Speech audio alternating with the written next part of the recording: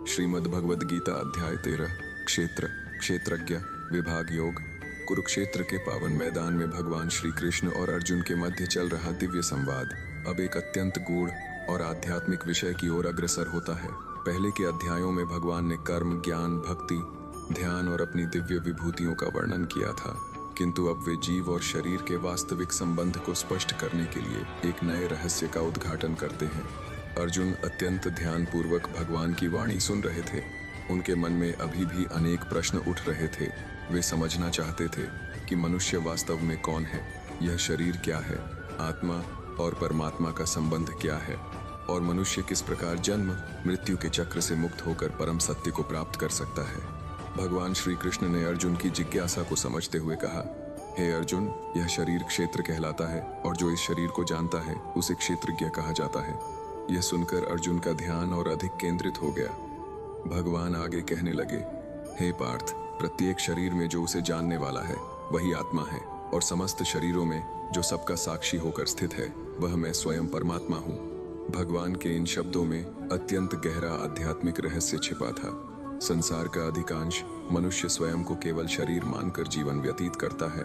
वह शरीर के सुख, दुख, मान, अपमान, लाभ, हानि और जन्म मृत्यु को ही अपनी वास्तविकता समझ लेता है, किंतु भगवान बताते हैं कि शरीर केवल एक क्षेत्र है, एक भूमि की तरह जिसमें कर्मों के बीज बोए जाते हैं और उनके फल प्राप्त होते हैं। जिस प्रकार किसान खेत में बीज बोकर फसल उगाता है, उसी प्रकार जीव अपने कर्मों के बीज इस शरीर रूपी क्षेत्र में बोता है और फिर उनके परिणामों को भोगता है। भगवान ने कहा, हे अर्जुन, इस क्षेत्र में अनेक तत्व सम्मिलित हैं। पंचमहाभूत, अहंकार, बुद्धि, अव्यक्त प्रकृति, 10 इंद्रियां, मन तथा इंद्रियों के विषय, ये सब क्षेत्र के अंग हैं। आरोज, इस क्षेत्र में अनेक तत्व। वे आगे समझाते हैं कि इच्छा, द्वेष, सुख, दुख, शरीर का संगठन, चेतना और धारण शक्ति भी इसी क्षेत्र का भाग हैं। अर्जुन ध्यान से सुन रहे थे। उन्हें अनुभव हो रहा था कि भगवान केवल दार्शनिक बातें नहीं बता रहे, बल्कि जीवन की वास्तविकता को उद्घाटित कर रहे हैं। भगवान ने कहा, जब मनुष्य शरीर को अपना वास्तविक स्वरूप मान लेता है तब वह मोह में पड़ जाता है। वह अपने आप को सीमित समझने लगता है, लेकिन जब वह जान लेता है कि वह शरीर नहीं बल्कि आत्मा है, तब उसके भीतर ज्ञान का उदय होता है। इसके बाद भगवान ने वास्तविक ज्ञान के लक्षणों का वर्णन प्रारंभ किया। उन्होंने कहा, अभिमान का त्याग, दंभ का अभाव, अहिंसा, क्षमा, सरलता, गुरु की सेवा, शुद्धता, स्थिरता और आत्मसंयम, ये सब ज्ञान के अंग हैं। भगवान यह स्पष्ट कर रहे थे कि केवल शास्त्र पढ़ लेना ज्ञान नहीं है। वास्तविक ज्ञान वह है जो मनुष्य के चरित्र में दिखाई दे। यदि किसी व्यक्ति के पास विशाल विद्वता है परंतु उसके भीतर अहंकार भरा हुआ है तो वह सच्चा ज्ञानी नहीं कहलाता। भगवान ने कहा, इंद्रिय विषयों के प्रति वैराग्य, जन्म, मृत्यु, जरा और रोगों के दोषों का चिंतन, पुत्र, पत्नी और गृह में अत्यधिक आसक्ति का अभाव तथा अनुकूल और प्रतिकूल परिस्थितियों में संभाव रखना, ये सब ज्ञान है। अर्जुन भगवान की प्रत्येक बात को अपने हृदय में उतार रहे थे। भगवान ने आगे कहा, जो व्यक्ति निरंतर मेरे प्रति अनन्य भक्ति रखता है, एकांत स्थानों को प्रिय मानता है, भीड़ और व्यर्थ के सामाजिक प्रदर्शन से दूर रहता है तथा आत्म तत्व के चिंतन में लगा रहता है, वही वास्तविक ज्ञानी है। भगवान के अनुसार ज्ञान केवल सूचना नहीं है, ज्ञान वह दृष्टि है जिससे मनुष्य संसार और स्वयं को सही रूप में देख सके। इसके बाद भगवान ने उस तत्व का वर्णन करना आरंभ किया जिसे जान लेने पर अमृतत्व की प्राप्ति होती है। उन्होंने कहा, अब मैं तुम्हें उस ज्ञेय का वर्णन करूंगा जिसे जानकर मनुष्य अमृता को प्राप्त करता है। अर्जुन की उत्सुकता बढ़ गई। भगवान बोले, वह परम ब्रह्म अनादि है, उसे न सत कहा जा सकता है और न असत, वह समस्त सीमाओं से परे है।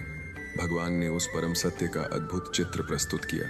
उन्होंने कहा, उसके हाथ पैर सर्वत्र हैं, उसकी आंखें, सिर और मुख सर्वत्र हैं, उसके कान भी सब ओर हैं, वह संपूर्ण जगत में व्याप्त है। यह सुनकर अर्जुन समझने लगे कि परमात्मा कोई सीमित सत्ता नहीं है, वह केवल किसी एक स्थान पर स्थित नहीं है, वह समस्त ब्रह्मांड में व्याप्त चेतना है। भगवान ने आगे कहा, वह सभी इंद्रियों के गुणों को प्रकाशित करता है किंतु स्वयं इंद्रियों से रहित है। वह सबका पालन करने वाला है, फिर भी किसी से आसक्त नहीं है। यह एक अत्यंत सूक्ष्म सत्य था। परमात्मा सबके भीतर स्थित होकर भी किसी कर्म से बंधता नहीं। वह सबको शक्ति देता है परंतु स्वयं कर्मफल का भोक्ता नहीं बनता। भगवान ने कहा, वह बाहर भी है और भीतर भी, वह चलायमान भी है और अचल भी। वह अत्यंत सूक्ष्म होने के कारण सामान्य दृष्टि से दिखाई नहीं देता। अर्जुन के मन में जैसे नए नए प्रकाश के द्वार खुल रहे थे। भगवान आगे कहने लगे, वह अविभाज्य है किंतु विभाजित सा प्रतीत होता है। वह सभी प्राणियों का पालन करता है, सृष्टि के समय उत्पन्न करता है और प्रलय के समय सबको अपने में समेट लेता है। फिर भगवान ने कहा, वह सभी ज्योतियों की ज्योति है। वह अज्ञान रूपी अंधकार से परे है। जिस प्रकार सूर्य संपूर्ण संसार को प्रकाश देता है, उसी प्रकार परमात्मा संपूर्ण चेतना का मूल स्रोत है। जो भी ज्ञान, बुद्धि, स्मृति और विवेक संसार में दिखाई देता है, उसका मूल आधार वही परम सत्ता है। भगवान ने कहा, वह प्रत्येक हृदय में स्थित है। यह सुनकर अर्जुन को अनुभव हुआ कि परमात्मा कहीं दूर नहीं है, वह प्रत्येक जीव के भीतर उपस्थित है। मनुष्य उसे बाहर खोजता रहता है, जबकि वह उसके अपने हृदय में विराजमान है। भगवान ने आगे क्षेत्र और क्षेत्रज्ञ के संबंध को और स्पष्ट करते हुए कहा, हे अर्जुन, जो व्यक्ति क्षेत्र और क्षेत्रज्ञ के भेद को समझ लेता है तथा प्रकृति और पुरुष के रहस्य को जान लेता है, वही वास्तविक ज्ञान प्राप्त करता है। उन्होंने समझाया कि प्रकृति और पुरुष दोनों अनादि हैं। प्रकृति से समस्त भौतिक तत्व उत्पन्न होते हैं और पुरुष अर्थात जीवात्मा उन अनुभवों का भोक्ता बनता है। इसी कारण जीव संसार में सुख और दुख का अनुभव करता है। जब आत्मा प्रकृति के गुणों के साथ अपनी पहचान जोड़ लेती है, तब वह जन्म मृत्यु के चक्र में बंध जाती है। सत्व, रज और तम, ये तीनों गुण प्रकृति के अंग हैं।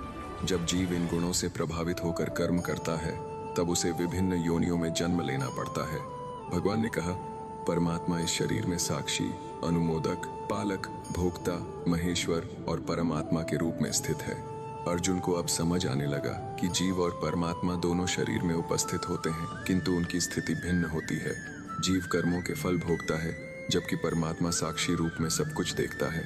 भगवान ने आगे कहा, जो पुरुष प्रकृति, उसके गुणों और पुरुष के वास्तविक स्वरूप को जान लेता है, वह पुनर्जन्म को प्राप्त नहीं होता।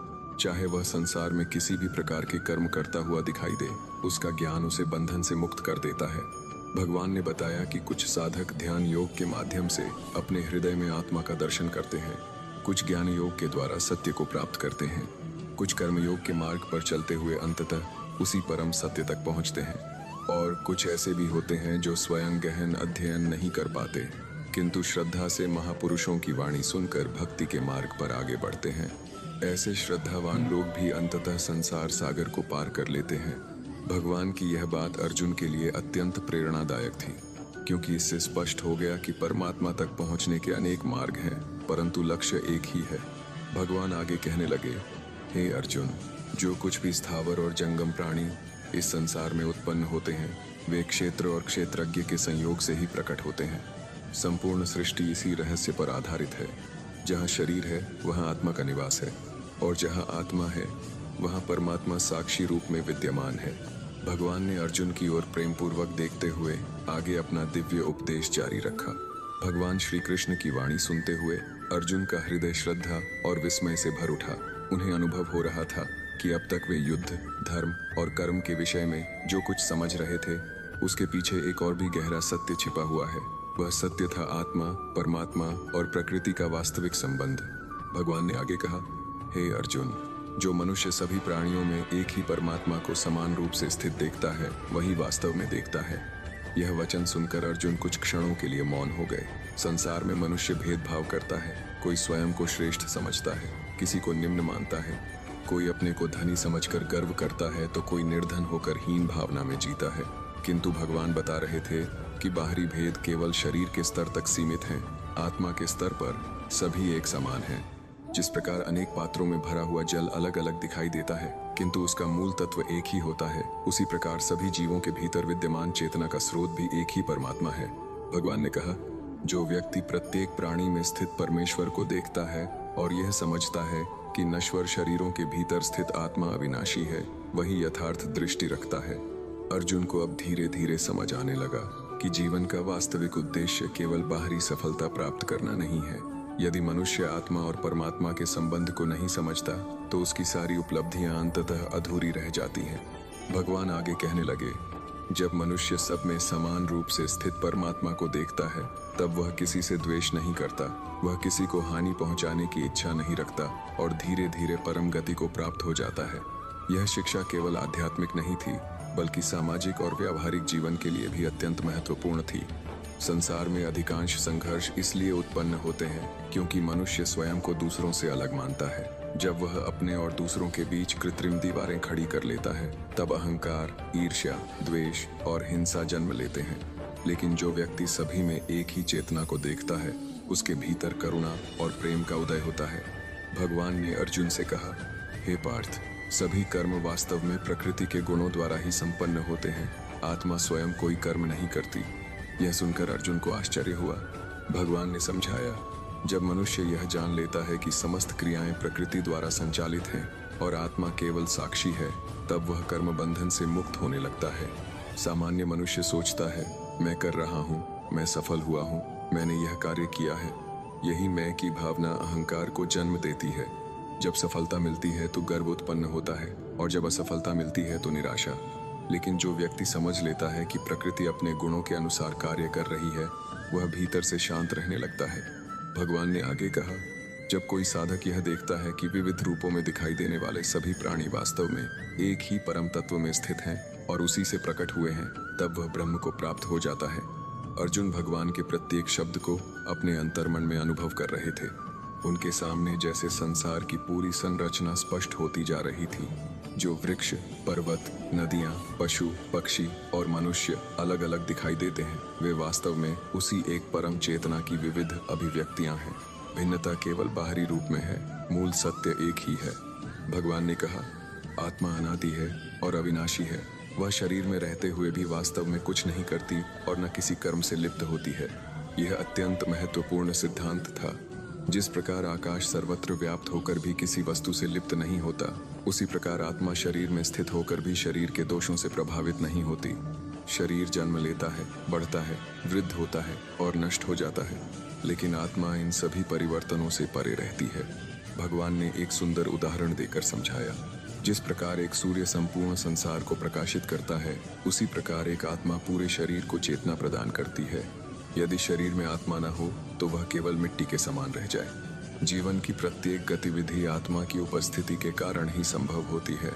मन सोचता है, बुद्धि निर्णय करती है, इंद्रियां कार्य करती हैं, लेकिन इन सब को चेतना देने वाली शक्ति आत्मा ही है। भगवान आगे कहने लगे, जो मनुष्य ज्ञान की दृष्टि से क्षेत्र और क्षेत्रज्ञ का भेद समझ लेता है तथा प्रकृति के बंधन से मुक्त होने का मार्ग जान लेता है, वह परम पद को प्राप्त करता है। अर्जुन इस दिव्य ज्ञान को सुनते हुए अपने भीतर एक नई जागृति अनुभव कर रहे थे। अब तक उनका ध्यान मुख्य रूप से युद्ध पर था। वे सोच रहे थे कि कौन मरेगा, कौन बचेगा, किसकी विजय होगी और किसकी पराजय। लेकिन अब भगवान उन्हें उस दृष्टि तक ले जा रहे थे जहां जन्म और मृत्यु भी अंतिम सत्य नहीं रह जाते। भगवान ने आगे समझाया, हे अर्जुन, संसार में जो कुछ भी परिवर्तन दिखाई देता है, वह प्रकृति का खेल है। ऋतुएं बदलती हैं, दिन और रात आते जाते हैं, शरीर बचपन से युवावस्था और फिर वृद्धावस्था तक पहुंचता है, साम्राज्य बनते हैं और नष्ट हो जाते हैं। लेकिन इन सब परिवर्तनों के पीछे जो शाश्वत सत्ता है, वह कभी नहीं बदलती।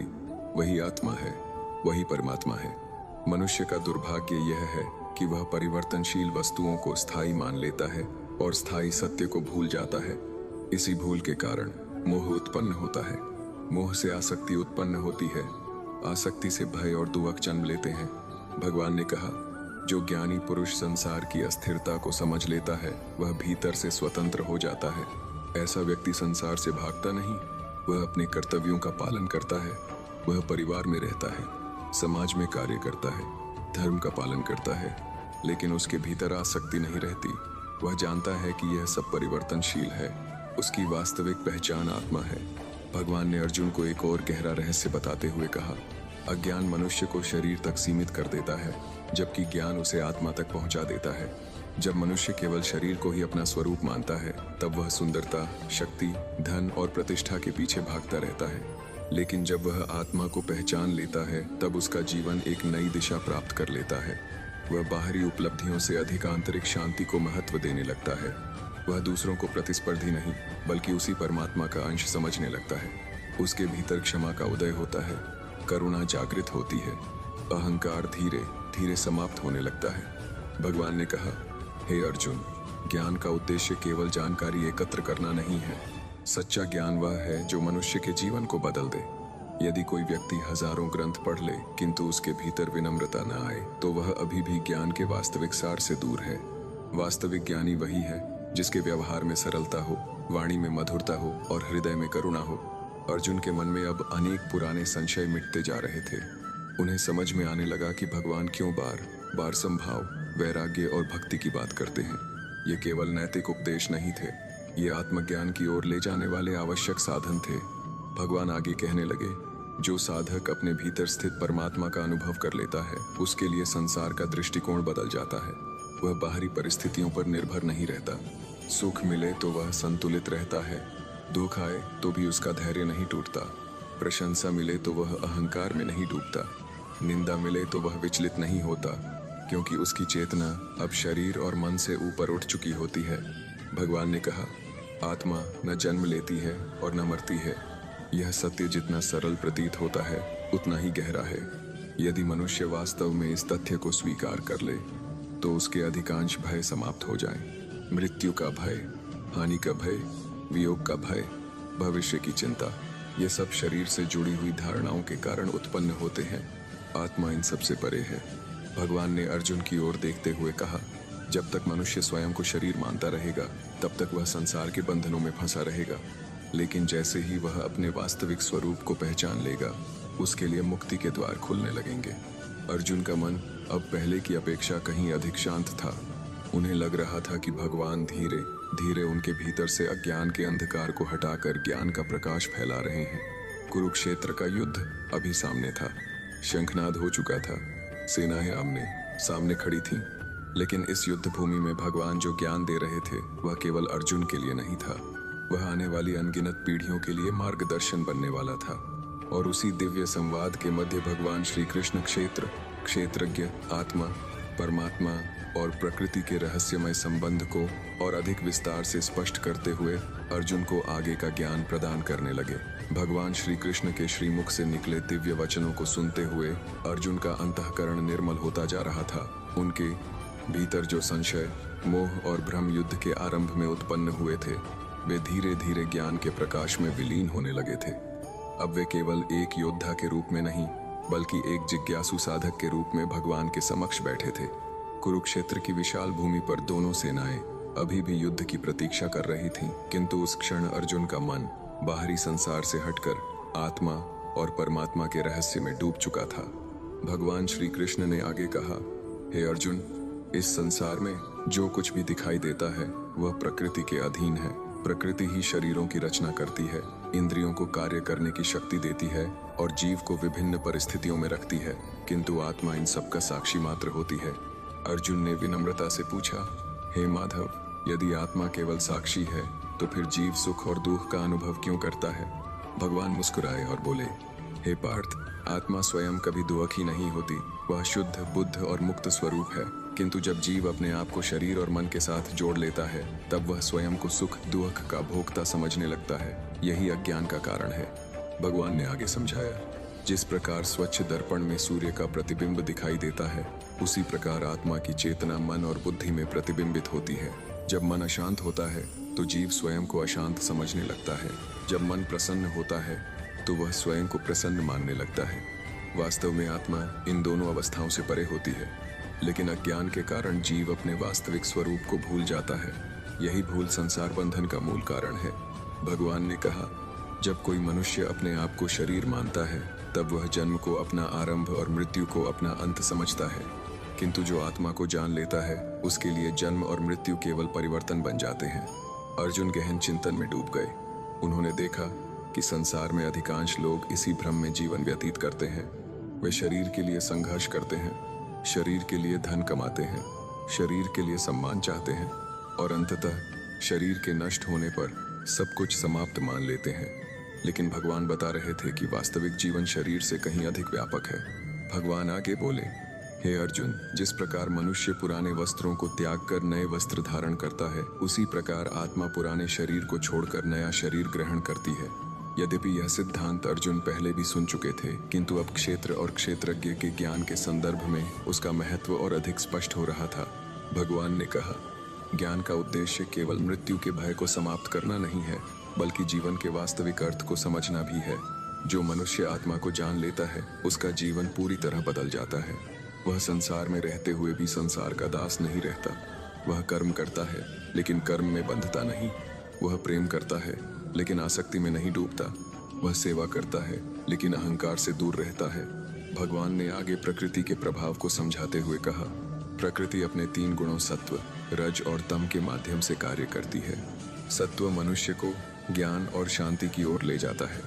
रज उसे कर्म, महत्वाकांक्षा और इच्छाओं में प्रवृत्त करता है। तम उसे आलस्य, अज्ञान और मोह में बांधता है। हर मनुष्य इन तीनों गुणों के प्रभाव में रहता है। कभी उसके भीतर सत्व बढ़ता है, कभी रज प्रधान हो जाता है, कभी तम उसे घेर लेता है। इन्हीं गुणों के अनुसार उसके विचार, निर्णय और कर्म बदलते रहते हैं। भगवान ने कहा, जो व्यक्ति इन गुणों को समझ लेता है वह अपने जीवन को अधिक स्पष्ट दृष्टि से देखने लगता है। वह जान जाता है कि क्रोध आने पर वास्तव में कौन सी शक्ति कार्य कर रही है। वह पहचान लेता है कि लोभ कहाँ से उत्पन्न हो रहा है। वह समझ जाता है कि शांति और संतोष का स्रोत क्या है। यह समझ ही आत्म विकास की शुरुआत है। अर्जुन अत्यंत ध्यानपूर्वक सुन रहे थे। भगवान आगे कहने लगे, हे धनंजय, संसार का प्रत्येक अनुभव आत्मा को सीख देने के लिए आता है। सुख मनुष्य को यह सिखाता है कि कृतज्ञता क्या है। दुख उसे धैर्य और सहनशीलता का पाठ पढ़ाता है। हानि उसे वैराग्य की ओर ले जाती है और सफलता उसे विनम्र बनने का अवसर देती है। लेकिन अज्ञानी मनुष्य इन अनुभवों का सही अर्थ नहीं समझ पाता। वह सुख में मदांध हो जाता है और दुख में टूट जाता है। ज्ञानी व्यक्ति दोनों को समान भाव से स्वीकार करता है। भगवान ने कहा, संभाव ही ज्ञान की पहचान है। जो व्यक्ति परिस्थितियों के अनुसार बदलता रहता है वह अभी भी बाहरी संसार के अधीन है, लेकिन जो व्यक्ति भीतर से स्थिर रहता है वही वास्तविक साधक है। समुद्र में अनगिनत नदियां गिरती हैं, वर्षा होती है, लहरें उठती हैं, फिर भी समुद्र अपनी मर्यादा नहीं छोड़ता। उसी प्रकार ज्ञानी पुरुष भी जीवन की घटनाओं से विचलित नहीं होता। भगवान आगे बोले, हे अर्जुन, मनुष्य का सबसे बड़ा शत्रु बाहर नहीं, उसके भीतर है। अहंकार, लोभ, क्रोध और मोह ये वे शत्रु हैं जो आत्मज्ञान के मार्ग में बाधा उत्पन्न करते हैं। जब तक मनुष्य इनसे पराजित होता रहेगा तब तक वह अपने वास्तविक स्वरूप को नहीं जान सकेगा। अहंकार कहता है, मैं श्रेष्ठ हूँ। लोभ कहता है, मुझे और चाहिए। क्रोध कहता है, मेरी इच्छा के विरुद्ध कुछ नहीं होना चाहिए। और मोह कहता है, यह सब मेरा है। इन्हीं चारों के कारण मनुष्य बार बार दुख में पड़ता है। भगवान ने कहा, विनम्रता इन सब का उपचार है। जो व्यक्ति स्वयं को परमात्मा का सेवक समझता है उसके भीतर अहंकार टिक नहीं सकता। जो परमात्मा की कृपा को पहचानता है वह लोभ से मुक्त होने लगता है। जो सभी को ईश्वर का अंश समझता है उसके भीतर क्रोध कम हो जाता है। और जो संसार की अस्थिरता को समझता है उसका मोह नष्ट होने लगता है। अर्जुन को अब यह अनुभव हो रहा था कि ज्ञान केवल विचार नहीं बल्कि जीवन जीने की कला है। भगवान ने आगे कहा, हे पार्थ, जब मनुष्य अपने हृदय को शुद्ध करता है तब उसमें परमात्मा का प्रकाश प्रकट होने लगता है। परमात्मा कहीं दूर नहीं है, वे प्रत्येक हृदय में स्थित हैं। लेकिन मन का दर्पण जब तक इच्छाओं और वासनाओं की धूल से ढका रहता है तब तक वह उस दिव्य प्रकाश को नहीं देख पाता। जिस प्रकार सूर्य हमेशा चमकता है किंतु बादल उसे ढक लेते हैं, उसी प्रकार परमात्मा सदैव उपस्थित हैं किंतु अज्ञान उन्हें अनुभव नहीं होने देता। भगवान ने कहा, साधना का उद्देश्य परमात्मा को बाहर खोजना नहीं बल्कि भीतर की अशुद्धियों को हटाना है। जब मन शुद्ध हो जाता है तब परमात्मा का अनुभव स्वतः होने लगता है। अर्जुन ने पूछा, हे केशव, उस अवस्था को प्राप्त व्यक्ति की पहचान क्या है?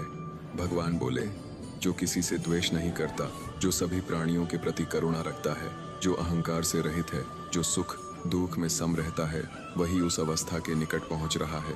ऐसा व्यक्ति दूसरों की सफलता देखकर ईर्ष्या नहीं करता, दूसरों के दुख में संवेदना रखता है, अपने सम्मान की अपेक्षा नहीं करता और अपमान होने पर भी संतुलित रहता है। भगवान ने आगे कहा, सच्चा साधक दूसरों को बदलने का प्रयास नहीं करता बल्कि स्वयं को बदलने का प्रयास करता है। संसार को नियंत्रित करना असंभव है लेकिन अपने मन को नियंत्रित करना संभव है। जो अपने मन को जीत लेता है वही वास्तविक विजेता है। हजारों युद्ध जीतने वाला भी उतना महान नहीं जितना वह व्यक्ति जिसने अपने भीतर के विकारों को जीत लिया हो। अर्जुन की आंखों में अब श्रद्धा और भी गहरी हो गई थी। उन्हें अनुभव हो रहा था कि भगवान केवल दर्शन नहीं समझा रहे बल्कि आत्मा को मुक्ति की ओर ले जाने वाला मार्ग दिखा रहे हैं। भगवान आगे कहने लगे, हे अर्जुन, जब मनुष्य क्षेत्र और क्षेत्रज्ञ के ज्ञान को समझकर जीवन में उतार लेता है तब वह धीरे धीरे बंधनों से मुक्त होने लगता है। उसे समझ में आ जाता है कि शरीर उसका उपकरण है, उसका वास्तविक स्वरूप नहीं। वह शरीर की देखभाल करता है किंतु उसे ही सब कुछ नहीं मानता। वह संसार में अपने कर्तव्यों का पालन करता है किंतु उनमें फांसता नहीं।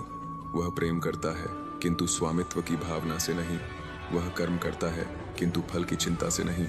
और इसी प्रकार धीरे धीरे उसका हृदय परम सत्य के अधिक निकट पहुंचने लगता है। भगवान श्री कृष्ण की वाणी निरंतर प्रवाहित हो रही थी। कुरुक्षेत्र की युद्ध भूमि में बैठा अर्जुन अब केवल एक योद्धा नहीं रह गया था। वह आत्मज्ञान के मार्ग पर अग्रसर एक साधक बन चुका था और भगवान श्री कृष्ण उसे क्षेत्रज्ञ, आत्मा, परमात्मा तथा प्रकृति के रहस्यों की ओर भी गहन व्याख्या प्रदान करते हुए आगे का दिव्य उपदेश सुना रहे थे। भगवान श्री कृष्ण ने अर्जुन को बताया कि जो व्यक्ति क्षेत्र, शरीर और क्षेत्रज्ञ आत्मा के भेद को समझ लेता है, जो प्रकृति और पुरुष के रहस्य को जान लेता है और जो प्रत्येक प्राणी में एक ही परमात्मा का दर्शन करता है, वही सच्चा ज्ञानी कहलाता है। ऐसा व्यक्ति जन्म और मृत्यु के भय से मुक्त होकर परम शांति और मोक्ष के मार्ग पर अग्रसर होता है। अर्जुन ने विनम्र भाव से भगवान के चरणों में प्रणाम किया। उनके हृदय में अब भ्रम नहीं बल्कि ज्ञान का प्रकाश था। कुरुक्षेत्र की युद्ध भूमि अब केवल युद्ध का मैदान नहीं रही बल्कि आत्मज्ञान की महान पाठशाला बन चुकी थी। इस अध्याय का संदेश आज भी उतना ही प्रासंगिक है जितना हजारों वर्ष पहले था। हम सभी अपने जीवन में अनेक प्रकार के संघर्षों, मोह, भय और भ्रम का सामना करते हैं, लेकिन जब हम यह समझ लेते हैं कि हम केवल शरीर नहीं बल्कि अमर आत्मा हैं, तब जीवन का दृष्टिकोण बदल जाता है। तब हम संसार में रहते हुए भी उससे ऊपर उठकर शांति, संतुलन और आध्यात्मिक उन्नति की ओर बढ़ सकते हैं। श्रीमद् भगवद गीता अध्याय 13 हमें सिखाता है कि सच्चा ज्ञान वही है जो हमें अपने वास्तविक स्वरूप का बोध कराए और परमात्मा से जोड़ दे। जय श्री कृष्ण। यदि आपको यह दिव्य कथा और श्रीमद् भगवद गीता का यह अध्याय पसंद आया हो तो गीता यात्रा चैनल को अवश्य फॉलो और सब्सक्राइब करें ताकि आपको गीता के प्रत्येक अध्याय, श्री कृष्ण की दिव्य लीलाओं और सनातन धर्म के अमूल्य ज्ञान से जुड़े प्रेरणादायक वीडियो समय समय पर मिलते रहें। चैनल को सब्सक्राइब करें, वीडियो को लाइक करें, अपने मित्रों और परिवार के साथ शेयर करें और कमेंट में अवश्य लिखें, जय श्री कृष्ण। आत्मज्ञान ही जीवन का सच्चा प्रकाश है। आपका एक छोटा सा कमेंट और समर्थन इस आध्यात्मिक यात्रा को आगे बढ़ाने की प्रेरणा देता है। राधे राधे। जय श्री कृष्ण।